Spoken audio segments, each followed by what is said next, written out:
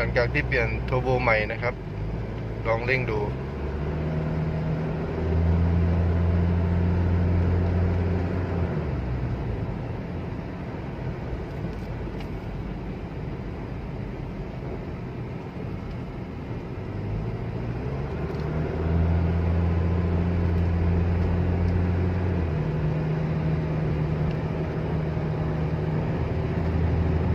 ก็ไม่มีเสียงนะครับ